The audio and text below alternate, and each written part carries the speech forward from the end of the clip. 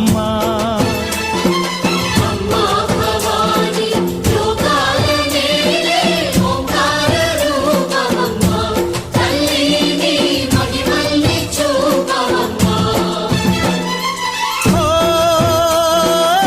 సృష్టికే దీపమా, శక్తికే మూలమా, సింహరథమే నీదమ్మా. అమ్మ దుర్గమ్మ భక్తులను దీవించుమా.